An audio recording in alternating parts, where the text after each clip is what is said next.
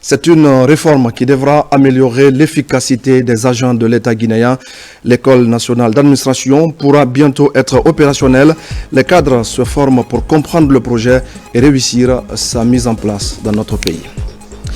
Le plus grand rassemblement business d'Europe vient de se tenir en France. Une forte délégation a représenté la Guinée à ces travaux. Des échanges ont eu lieu avec des investisseurs qui sont intéressés par notre pays. Des convoitises autour des réserves de fer des monts Nimba. Nimba Development Company entend implanter sur place une mine de fer. Des échanges sont en cours. Le projet est dans le processus d'élaboration de son plan de gestion environnementale et sociale. Voilà pour le sommaire. Bonsoir à tous et bienvenue dans ce journal que nous ouvrons par ce communiqué conjoint. Communiqué conjoint numéro 002 MATD MMG MEDD 2024 des ministères de l'administration du territoire et de la décentralisation, ministère des mines et de la géologie, ministère de l'environnement et du développement durable, relatif à la levée de suspension de l'exploitation artisanale de l'or et du diamant sur toute l'étendue du territoire national. Il est porté à la connaissance de l'ensemble des artisans miniers de la République de Guinée la levée de la suspension de l'exploitation artisanale du diamant, de l'or et autres matières précieuses sur toute l'étendue du territoire national à compter du jeudi 17 octobre 2024 à minuit. À cet effet, le gouvernement félicite et remercie les artisans miniers pour le respect scrupuleux de la période suspensive. Par ailleurs, à travers 4 arrêtés ministériels, des dispositions ont été prises pour organiser et encadrer l'exploitation artisanale et mécanisée de l'or, du diamant et de toutes autres matières précieuses en République de Guinée. Enfin, les services déconcentrés des ministères concernés et les autorités locales sont chargés de la vulgarisation et de l'application stricte des dispositions contenues dans les nouvelles réglementations auprès de l'ensemble des acteurs. Conakry, le 17 octobre 2024, le ministre des Mines et de la Géologie, M. Bouna Silla, la ministre de l'Environnement et du Développement durable, Mme Diami Diallo, le ministre de l'Administration du Territoire et de la Décentralisation, général 2e section, Ibrahima Khalil Kondé. Dans l'actualité ce soir, le Premier ministre, chef de gouvernement, a reçu au Palais de la Colombe les représentants des déguerpis de Kaporouraï. Après des décennies de lutte pour le rétablissement de leurs droits, les anciens habitants de ce quartier de la commune de Ratoma étaient venus exprimer leur reconnaissance envers les autorités, reconnaissance pour avoir bénéficié de terrains en compensation des pertes subies depuis 1998. Ousmane Bangoura. Dans le souci de renforcer l'état de droit et la justice sociale, le gouvernement sous la houlette du président de la République, général Mamadi Doumbouya, vient encore de poser un acte fort à l'endroit des anciens habitants de Kaporouraï dans la commune de Ratoma. Satisfait de ce geste du gouvernement qui s'inscrit dans le cadre de l'engagement ferme du chef de l'État à corriger les injustices passées et à rétablir les droits des familles affectées. Ces déguerpis de 1998 sont venus exprimer leur reconnaissance envers les autorités pour avoir bénéficié de terrains en compensation des pertes subies. Nous sommes conscients, depuis la nomination de M. le Premier ministre, tous les soucis, la volonté qu'il a pour la population guinéenne.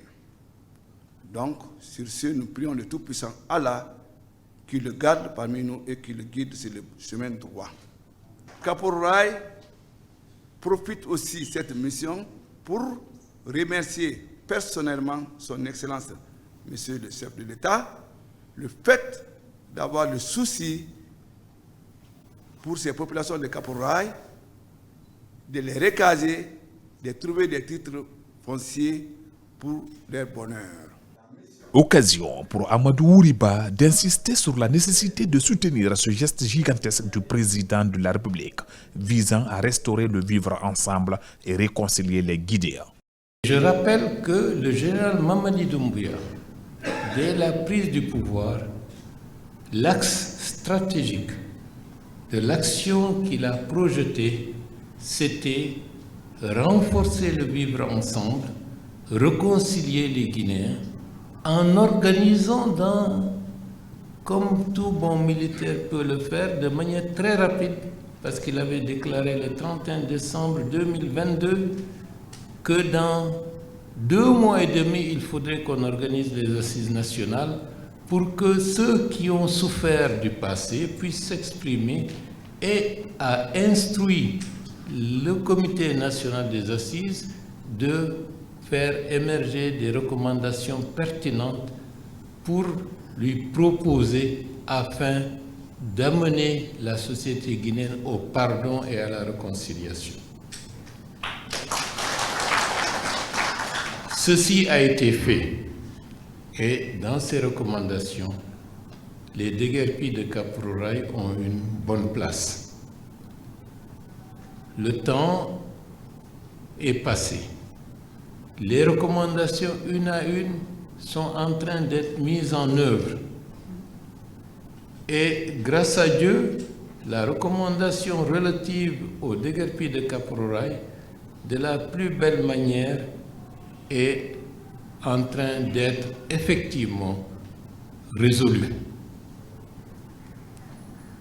Ça, c'est au bénéfice du général Mamadi Doumbouya.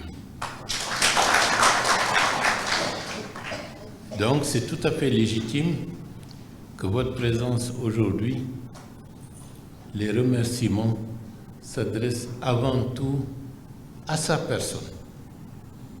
Parce que la décision stratégique, la décision politique et les opportunités qui se sont offertes, c'est sous sa responsabilité presque personnelle.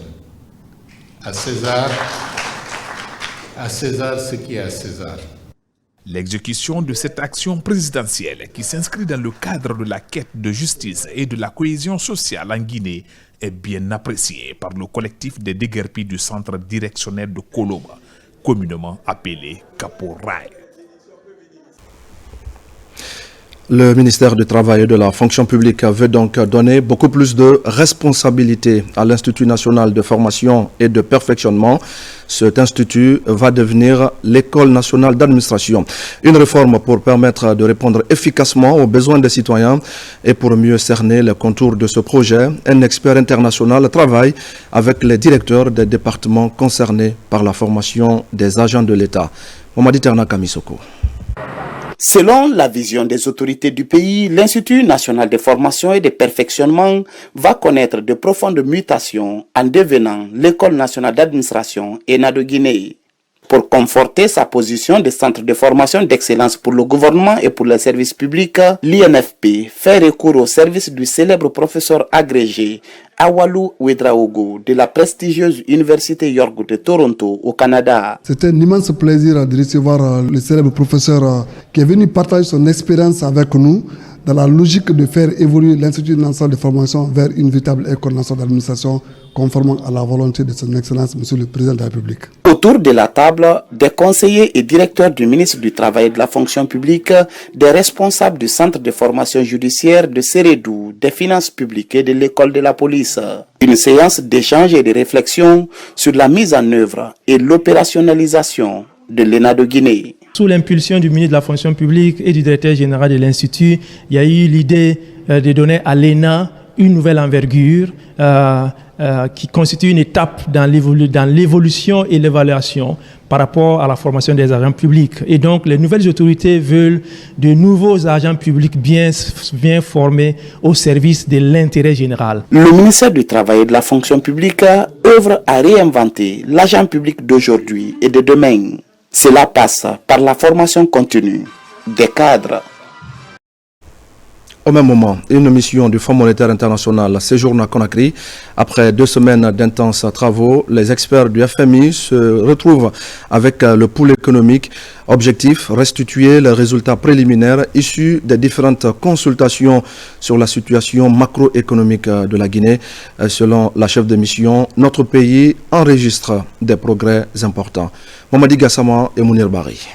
Après 2 semaines d'intenses discussions avec les départements sectoriels, la mission d'experts du Fonds monétaire international procède à la restitution des résultats préliminaires issus de différentes consultations, les négociations pour l'obtention de nouveaux programmes économiques, la revue globale sur la situation macroéconomique ont été les principaux sujets de discussion. Nous sommes en train de parler à ça, on n'a pas conclu parce qu'il y a beaucoup de choses à faire et beaucoup de choses à analyser. Et c'est pour ça qu'on n'a pas de conclusion finale, mais nous sommes, on voit que la Guinée a fait beaucoup de mesures. On voit que l'amélioration continue et l'économie de la Guinée est très résiliente. Et on va continuer à analyser la situation jusqu'à ce qu'on arrive à des mesures finales. Dans les prochains jours, les discussions vont se poursuivre à Washington. Mais en attendant, l'économie guinéenne fait une preuve de grande résilience face aux défis de la moralisation des dépenses publiques, la gouvernance financière et la mobilisation des recettes internes, estime la chef de mission des experts de l'équipe pays du Fonds monétaire international pour la Guinée. Et puis, sensibilisation du secteur privé guinéen sur le schéma de libéralisation des échanges au sein de la CEDEAO.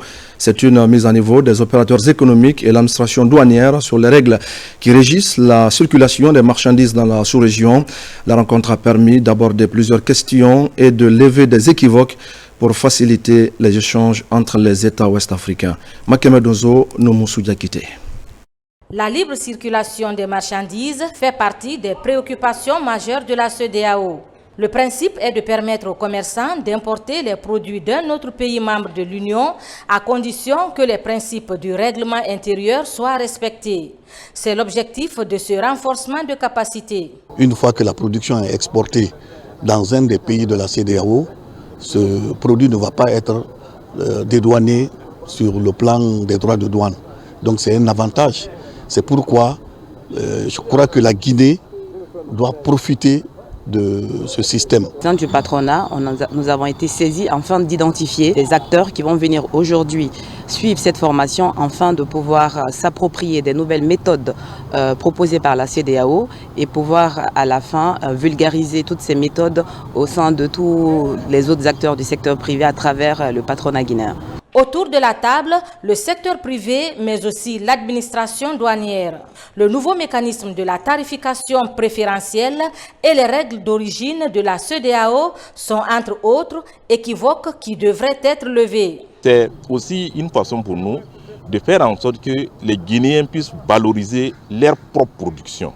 C'est parce que si on arrive à ajouter de la valeur ajoutée à ce qu'on produit, que finalement on crée les conditions d'un développement économique endogène de la Guinée, pour que les acteurs du secteur privé, les industriels, puissent s'appuyer sur ce qu'on a comme existant en Guinée, transformer cela de manière à ce qu'on puisse vendre la Guinée partout en Afrique de l'Ouest et au-delà de l'Afrique de l'Ouest, partout dans le monde. Avec le patronat unifié, la République de Guinée se fait connaître dans les grandes assises économiques sur le continent. La Guinée occupe la 2e place et elle vise la présidence de la Fédération des organisations patronales de l'Afrique de l'Ouest. Renforcement des capacités également des membres des délégations spéciales. Le ministère de l'Administration du Territoire et de la Décentralisation poursuit ses efforts avec l'Agence nationale de financement des collectivités. Les programmes de formation sont organisés sur le civisme fiscal. Ce sont des gestionnaires des collectivités qui bénéficient de cette formation qui vise à développer l'autonomie financière des communes. Amadou Touré.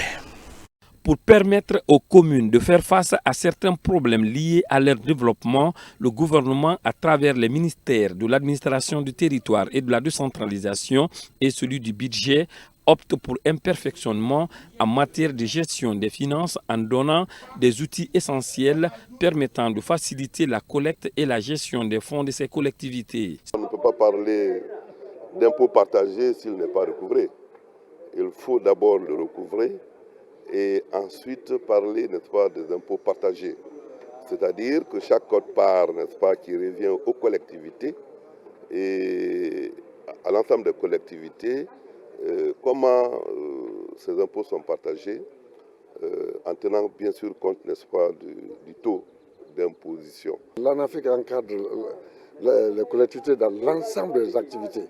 Mais dans cet ensemble-là, la situation des finances, la situation des impôts, c'est un problème très sensible au sein des collectivités. S'il y a une formation qui est prévue pour ça, nous ne pouvons qu'être contents. À travers un apport de l'Agence nationale de financement des collectivités ANAFIC, ces formateurs de formateurs développent les techniques de prélèvement des impôts partagés dans un cadre de citoyenneté fiscale. Nos participants qui sont en train à date de suivre la formation des formateurs sont à la hauteur et à mesure de démultiplier à la base, c'est-à-dire auprès des collectivités. C'est ça l'objectif général. Parce qu'aujourd'hui, les membres de délégation spéciale ont besoin de connaître la clé de répartition. Ce regroupement de Kindia est le dernier module d'une série d'initiatives orientées vers les formateurs. L'étape suivante consistera à la démultiplication de ces initiatives en faveur des collectivités locales. Et puis, appui aux petites et moyennes entreprises et aux groupements d'intérêt économique, le Fonds de développement industriel et des PME vient d'ouvrir son guichet unique. L'idée est de permettre à ces entreprises de soumettre leur candidature afin d'obtenir des prêts dans les 220 milliards de francs guinéens mobilisés depuis quelques mois. L'opérationnalisation de ce guichet est lancée à travers des journées portes ouvertes. Abdul Karim Kamara pour des explications. Au commencement est l'obtention par le FODIP de 2 lignes de crédit en faveur des PME et groupements d'intérêt économique d'un montant de 220 milliards de francs guinéens.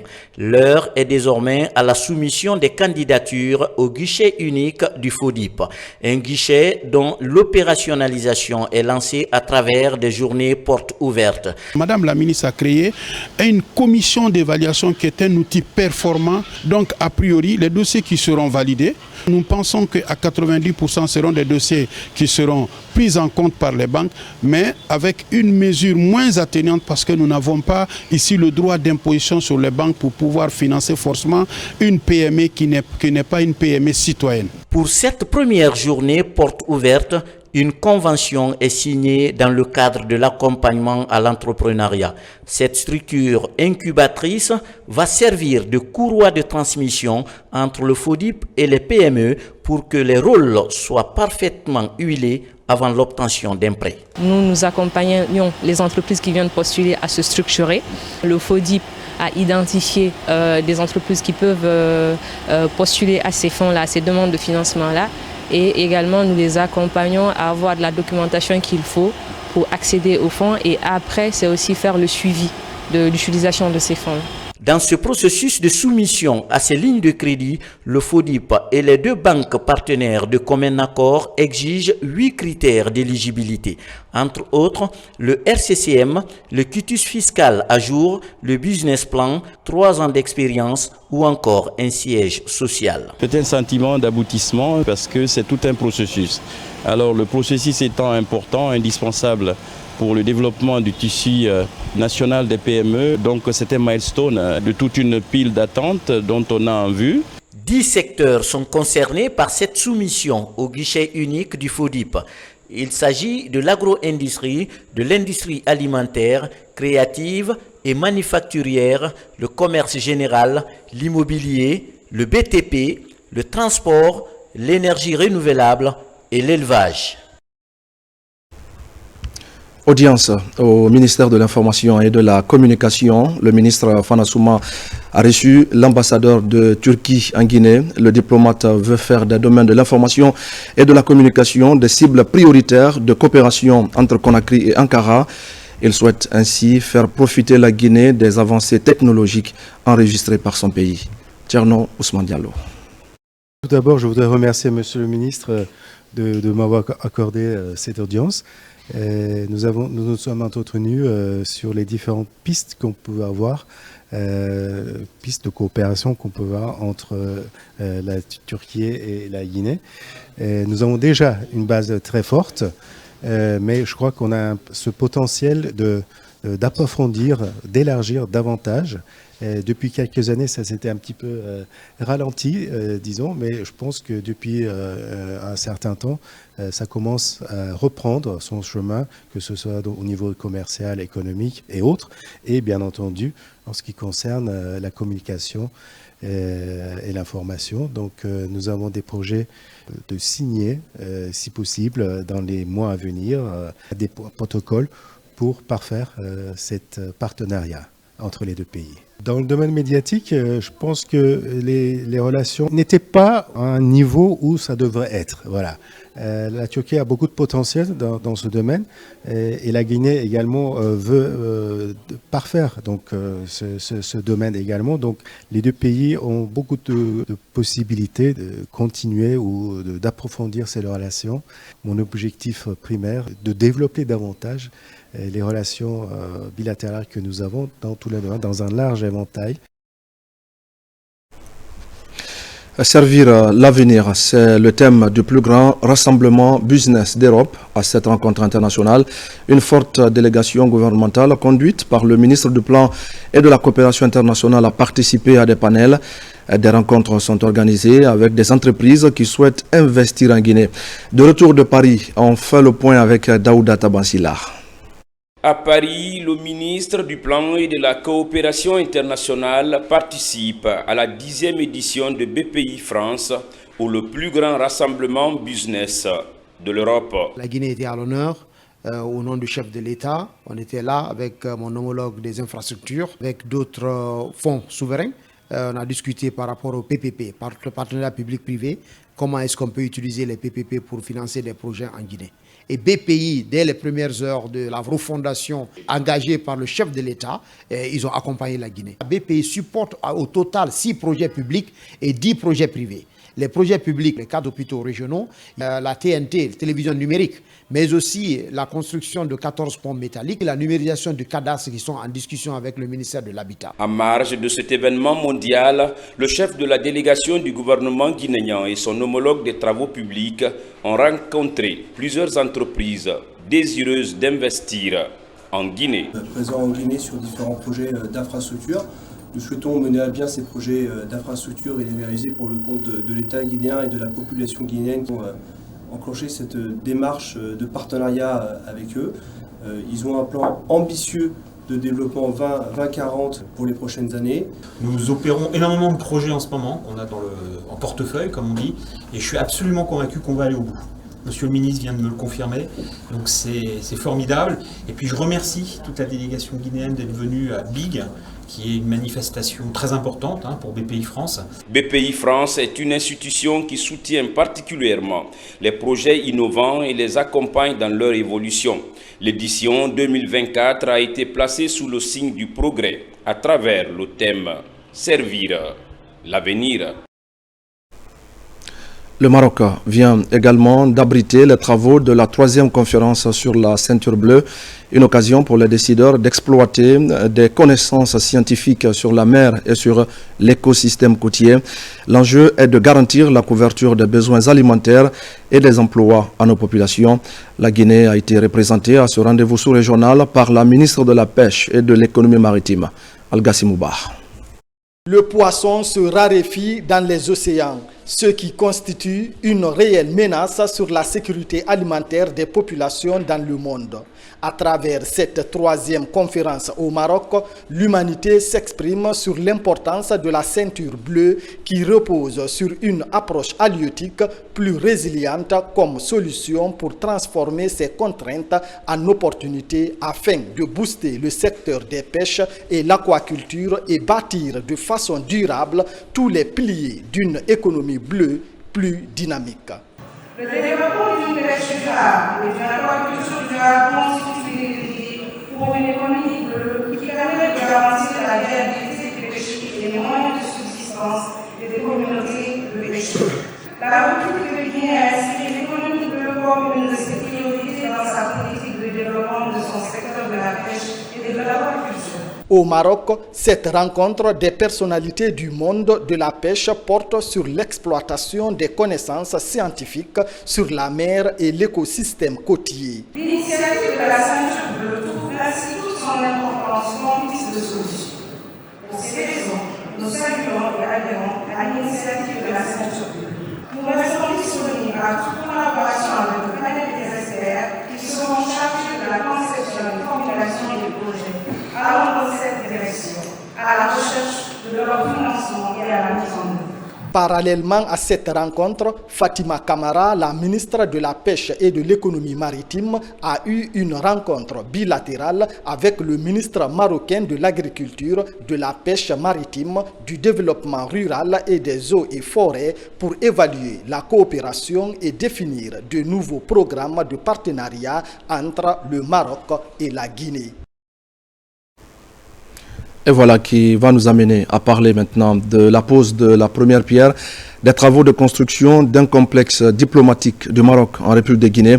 L'édifice sera bâti sur une superficie de 18 000 m² pour un délai contractuel de 2 ans. Sa réalisation symbolise la réussite de la coopération entre Conakry et Rabat. Makeme Donzo. Cette maquette reflète l'image de la nouvelle ambassade du Royaume du Maroc en Guinée. Un chantier de grande envergure. L'édifice sera bâti sur une superficie de 18 000 m² pour un délai contractuel de 24 mois. La première pierre est déjà posée. Côté artisanat, à travers ce chantier, le royaume chérifien compte apporter une touche particulière. Une ambassade symbolise principalement la représentation officielle d'un État et se situe en première ligne de l'action diplomatique d'un pays. Elle se veut comme une interface d'incubation, non seulement des relations entre les deux gouvernements, mais aussi des échanges économiques, culturels et humains entre les deux peuples. Cet édifice-là va représenter la genèse de l'artisanat et de l'architecture marocaine qui existe depuis des siècles et des siècles. Elle est traduite par une volonté de coopération et de rayonnement de l'architecture marocaine à travers le monde en général et en Afrique en particulier. Le complexe se compose de 2 bâtiments. Elles sont toutes les deux façonnées d'une manière traditionnelle, c'est-à-dire autour d'un patio, avec une intégration de matériaux nobles marocains comme le zélige, le plâtre sculpté, le bois sculpté, tout ça qui va être exécuté par des artisans marocains. La coopération entre le Maroc et la Guinée est une longue histoire. Elle date des premières heures de l'indépendance de la République de Guinée. Aujourd'hui, cette amitié fructueuse se renforce à travers des actes posés dans le domaine diplomatique. Cet important projet que nous lançons une fois terminé sera un autre symbole de notre coopération bilatérale. Il traduit également la vitalité et la solidité de nos relations d'amitié, de coopération entre nos deux pays et surtout la détermination du Royaume du Maroc a marqué de manière indélébile sa présence en République de Guinée aux côtés des autorités guinéennes. À travers les actes que nous posons au quotidien, nous sommes ainsi en train de hisser toujours plus haut notre coopération bilatérale, conformément aux vœux de leur Excellence Dr Moussanda Kouyaté et de son frère et ami Nasser Bourita. Sur ce terrain de 18 000 m² seront construites une chancellerie et la résidence de chef de mission diplomatique du Maroc en Guinée. Un complexe somptueux qui sera le reflet du bel élan de coopération sur l'axe Conakry-Rabat. Dans l'actualité encore, Conakry abrite la 6e édition de l'École internationale de la météorologie de l'espace international. Et pour cette année, près de 60 participants venus de 17 pays à travers le monde assistent à la rencontre scientifique. Ils vont échanger pendant une semaine sur des questions liées à la météo de l'espace. Abraham Christophe Conté. Cette rencontre qui se tient pour la première fois en Guinée regroupe des experts scientifiques du monde entier. Une communauté à laquelle la Guinée a adhéré depuis 2014. Cette rencontre scientifique vise à mettre en place une école de météorologie guinéenne à l'espace international. On a créé un réseau de recherche pour former dans les pays du Sud, principalement, à la météorologie de l'espace. Alors cette discipline, elle s'intéresse à tous les événements solaires extrêmes qui peuvent nuire à notre vie de tous les jours. Par exemple, s'il y a une tempête géomagnétique, Vous pouvez avoir le système GPS qui peut être perturbé. Vous pouvez avoir des satellites qui peuvent être détruits. Et vous avez aussi des courants qui peuvent circuler sous terre et détruire des transformateurs. C'est beaucoup plus important dans les zones, les hautes latitudes qu'à l'équateur, mais c'est important de regarder les systèmes solaires, comment le système solaire agit sur vos télécommunications. Il faut saluer vraiment le fait que nous avons eu la chance d'abriter cette école pour la première fois ici, parce que ça va aussi permettre à notre pays de se positionner surtout sur un programme spatial. Aujourd'hui, avec la conquête spatiale, on peut gérer tout à distance. Donc il faut avoir accès aux informations satellitaires, il faut savoir les traiter pour résoudre les problèmes qui se posent à nous. En Guinée, le gouvernement de la transition accorde une place importante à la météo, ce qui explique la présence de ses ministres. Et cette fois, puisque cette école est là et que nous savons maintenant qu'il y a une expertise internationale qui est et un besoin pour le développement et surtout pour la sûreté de notre pays, nous allons mettre en place un mécanisme de partenariat qui va permettre à cette cité et à ses occupants de travailler avec toutes les expertises existantes. L'organisation de cette école à Conakry témoigne de l'intérêt du gouvernement guinéen pour la météorologie, qui est perçu au-delà des connaissances et des techniques comme un support de l'ensemble de nos secteurs d'activité socio-économique, sécuritaire, stratégique et plus particulièrement celui du transport dans toutes ses composantes. Cette rencontre scientifique en matière de météo devrait contribuer à préparer la Guinée à un programme spatial harmonieux. La Guinée pourrait bénéficier désormais des avantages de l'École internationale de la météorologie de l'espace. Voilà donc pour ce reportage de Abraham Christophe Conté rendu par Abdoulaye Diallo.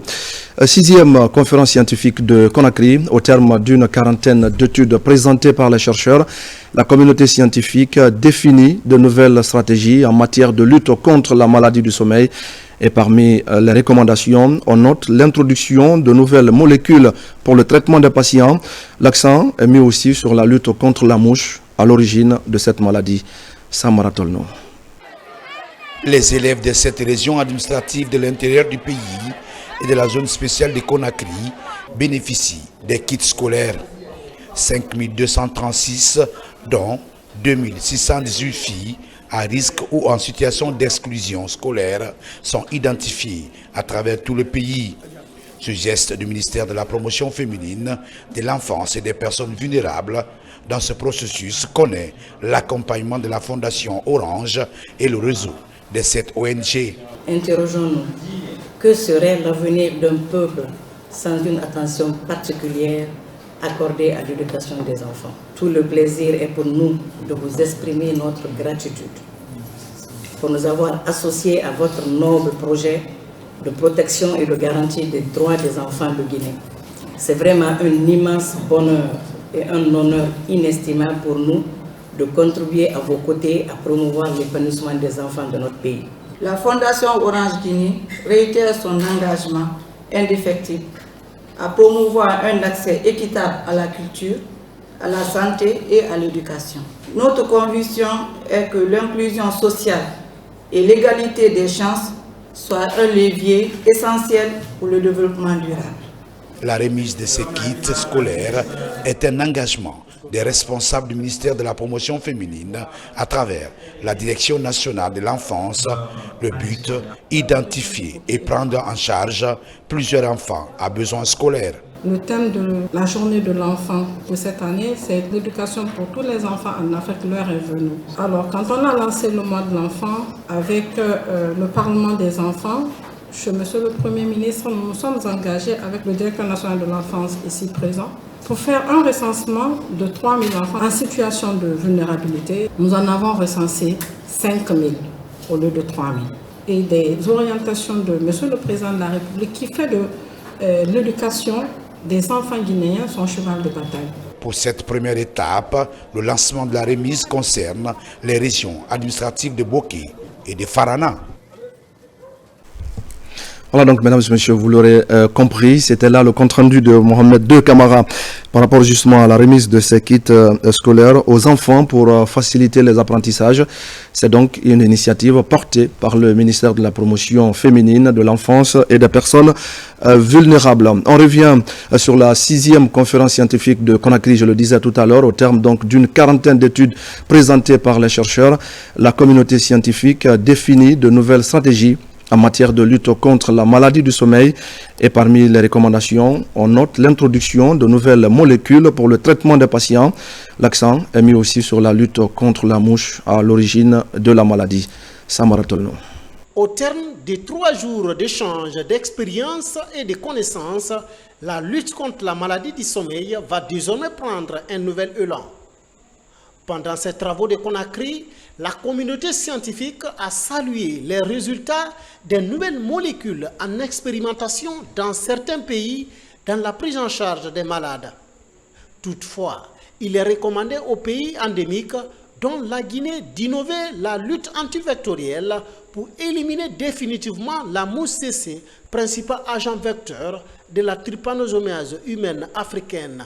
Dans le cas de la lutte antivectorielle, nous sommes aperçus qu'on arrive à certaines limites dans nos connaissances, et c'est là que la recherche est très importante. Et donc pendant ces 3 jours, on a fait venir des scientifiques, alors non seulement d'Afrique, mais aussi du Mexique, qui ont des approches novatrices qui vont nous aider à mieux comprendre l'écologie du vecteur et ainsi adapter nos outils de lutte. Il y a vraiment des avancées thérapeutiques. Aujourd'hui, la maladie du sommeil est traitée par un médicament oral qu'on appelle l'effexinidazole et qui a montré ses preuves. Et demain, il y a une formulation à dose unique qui pourra être mise à disposition des patients. Et ça pourra, n'est-ce pas, booster l'élimination de la maladie du sommeil. Et la Guinée a déjà soumis les dossiers et nous attendons effectivement la célébration de l'élimination de la maladie du sommeil en Guinée. La 6e réunion scientifique de Conakry va permettre non seulement aux chercheurs de revoir leurs méthodes, mais aussi aux décideurs politiques de réajuster leurs programmes. Près de 45 abstracts qui ont été retenus, des abstracts de haut niveau scientifique, qui ont été partagés pendant les 3 jours. Et il faudrait dire que ces abstracts, ces recherches-là, vont de même permettre de booster les activités de lutte pour l'atteinte de nos objectifs. Les échanges fructueux réalisés pendant ces 3 jours avec pour thème essentiel apport de l'innovation pour contribuer à l'interruption de la transmission de la trypanosomiase humaine africaine d'ici 2030 permettront à coup sûr d'améliorer nos différentes stratégies dans la lutte contre cette maladie, mais aussi des autres maladies tropicales négligées qui continuent de peser sur nos communautés. Éliminer la maladie du sommeil en tant que problème de santé publique en Afrique d'ici 2030 est désormais possible si toutefois les recommandations de la communauté scientifique sont prises en compte par les pays endémiques. Et puis je le disais tout à l'heure, au sommaire, les réserves de fer des monts Nimba dans la zone de Lola attirent de nombreuses convoitises. Cependant, toute exploitation dans cette partie du pays nécessite des mesures environnementales exceptionnelles du fait que le site est classé patrimoine mondial de l'UNESCO. Nimba Development Company entend y implanter une mine de fer.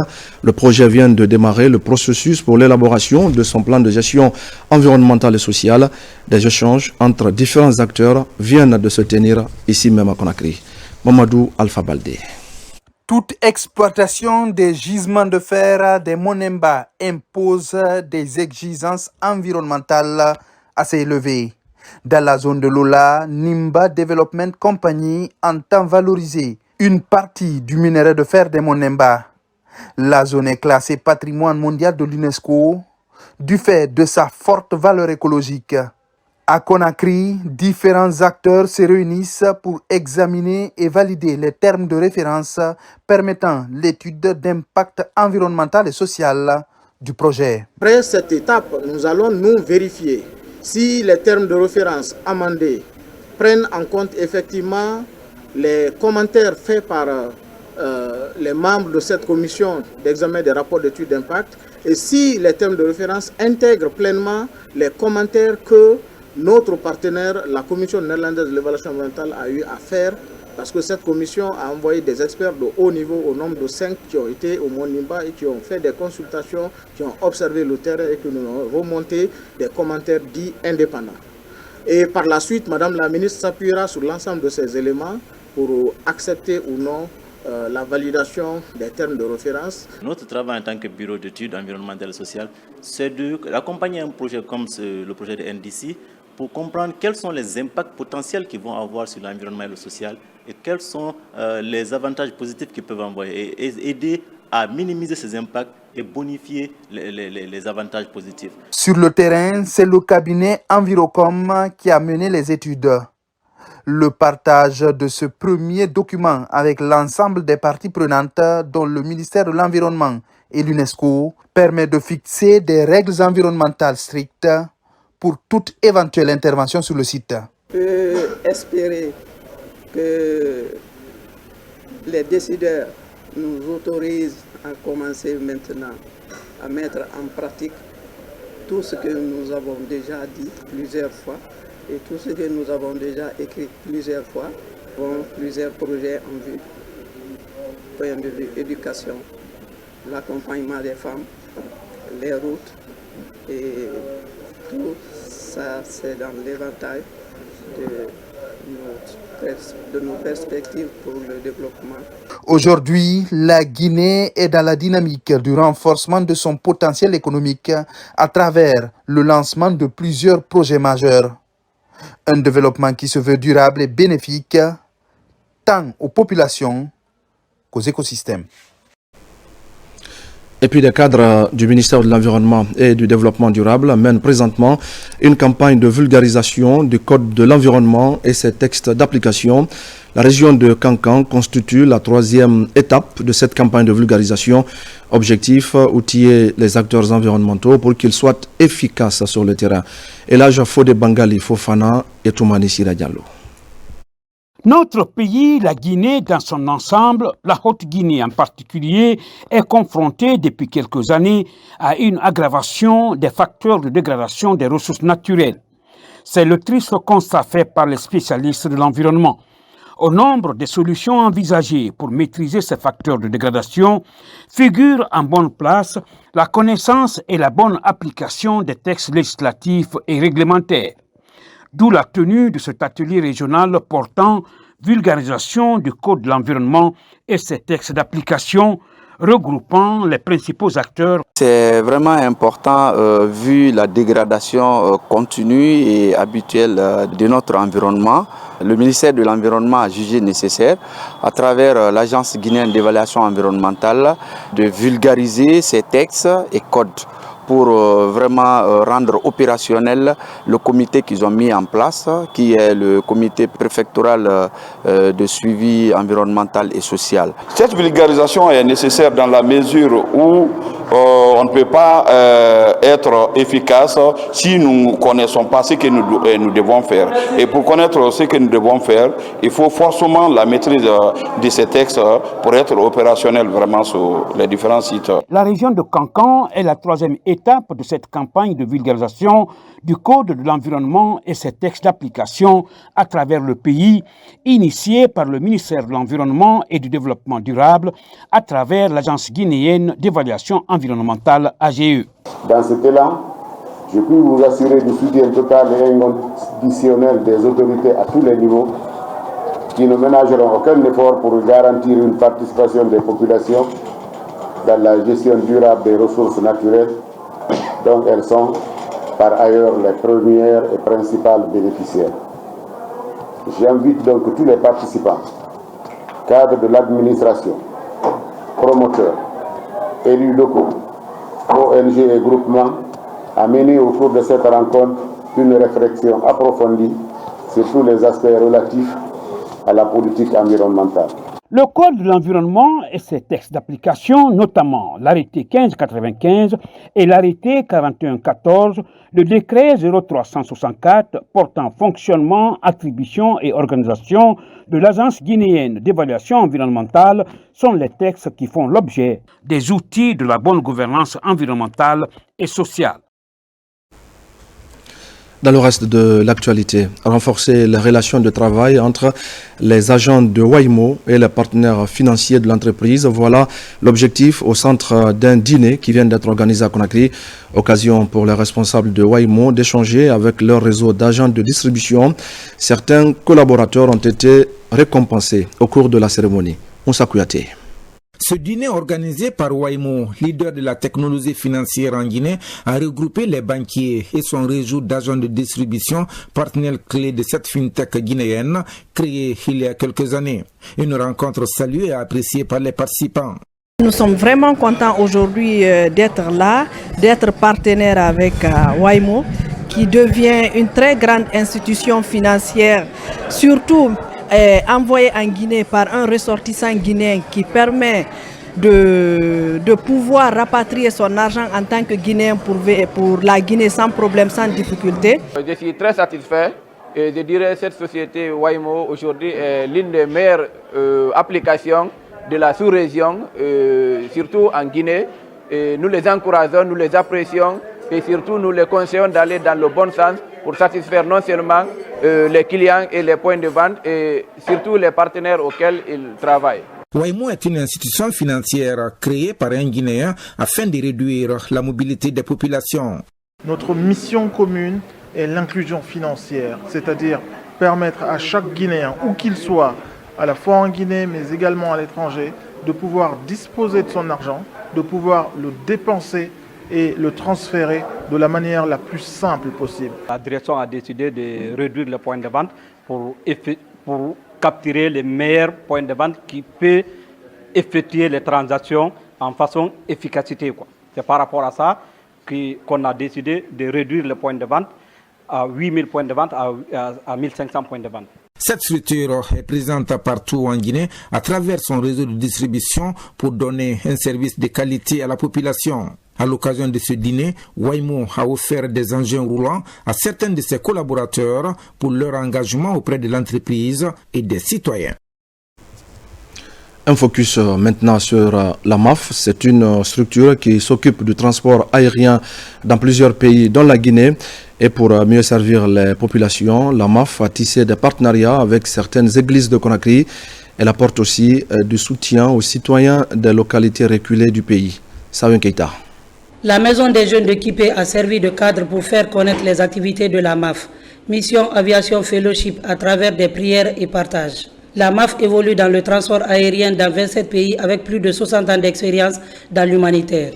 La MAF est à sa deuxième année d'activité en Guinée. Nous faisons les vols humanitaires. Nous faisons les vols pour déplacer les personnes des ONG ou bien en cas de besoin pour les transferts médicaux, en cas d'urgence, nous pouvons effectuer les vols afin d'amener une malade de l'intérieur à Conakry pour les soins médicaux.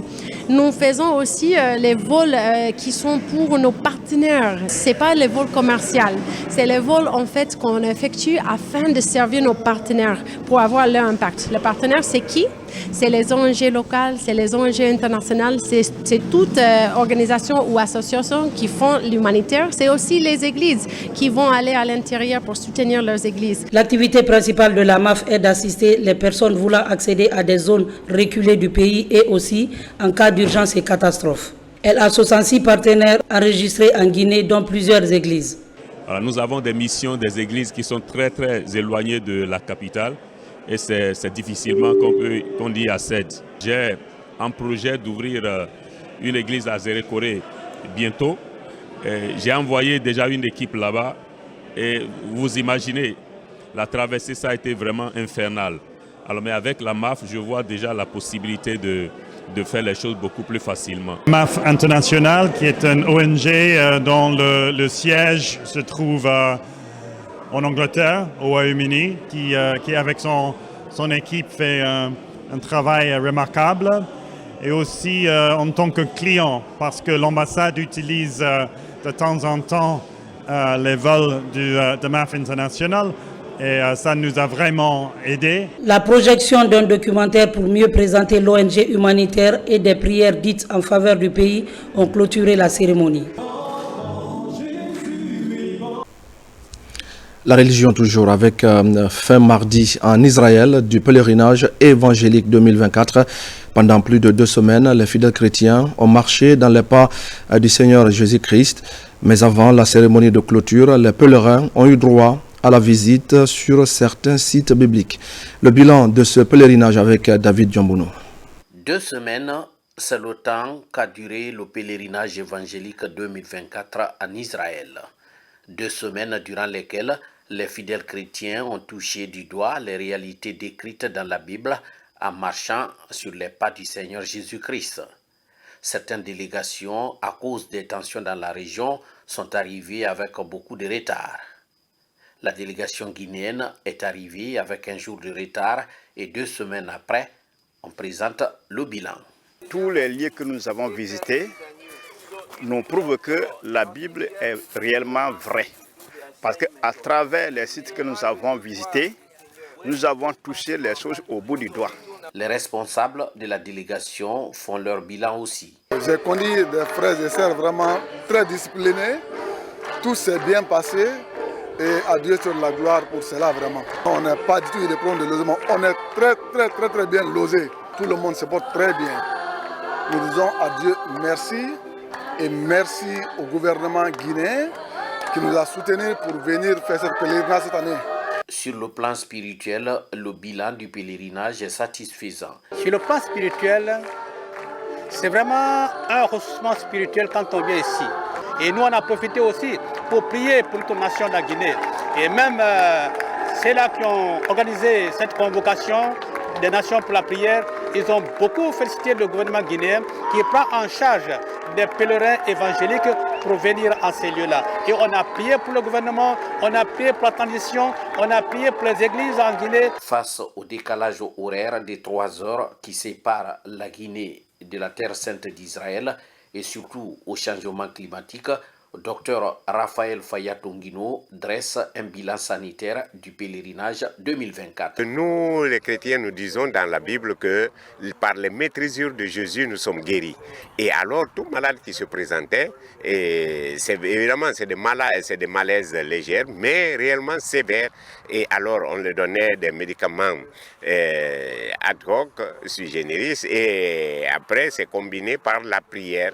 C'en est donc fini pour le pèlerinage évangélique 2024 sur une note de satisfaction et rendez-vous est pris pour 2025. Et voici, mesdames et messieurs, le reste de l'actualité nationale qui nous amène ce soir de Conakry à Télimélé en passant par Boké. C'est la Guinée en bref, avec une signature de Mariam Kamara. À Boké, le collectif des pharmaciens de la préfecture célèbre la Journée internationale des pharmaciens.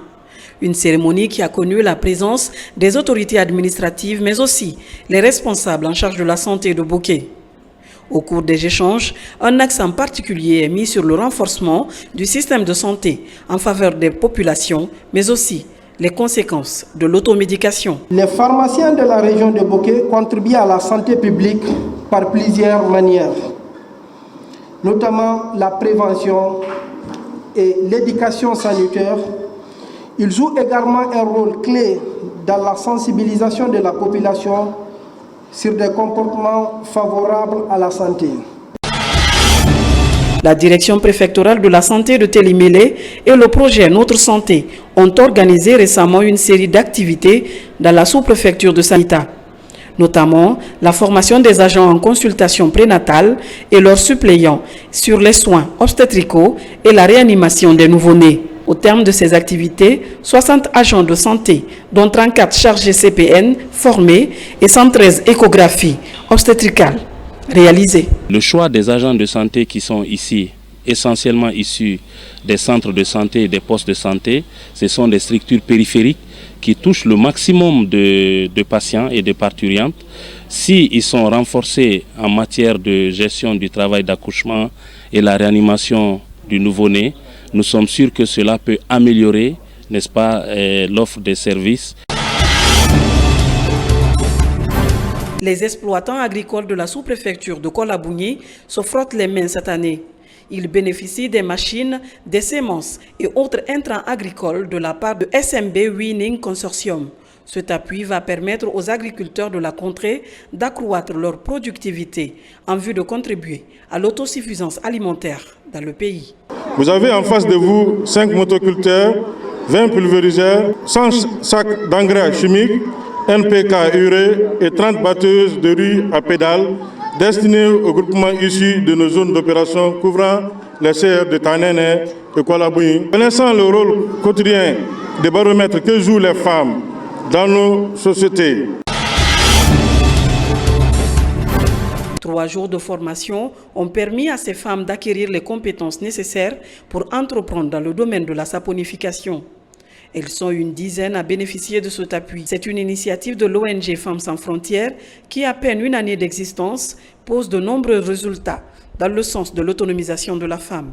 Femmes sans frontières a pour mission de renforcer le pouvoir des femmes et des filles, de leur donner les moyens de construire un avenir meilleur pour elles-mêmes et leur communauté. En vous formant à la fonctionnisation, nous vous ouvrons les portes d'un métier, d'une activité génératrice de revenus, qui vous permettra de vous affirmer, de gagner confiance en vous et de contribuer au développement économique de votre région.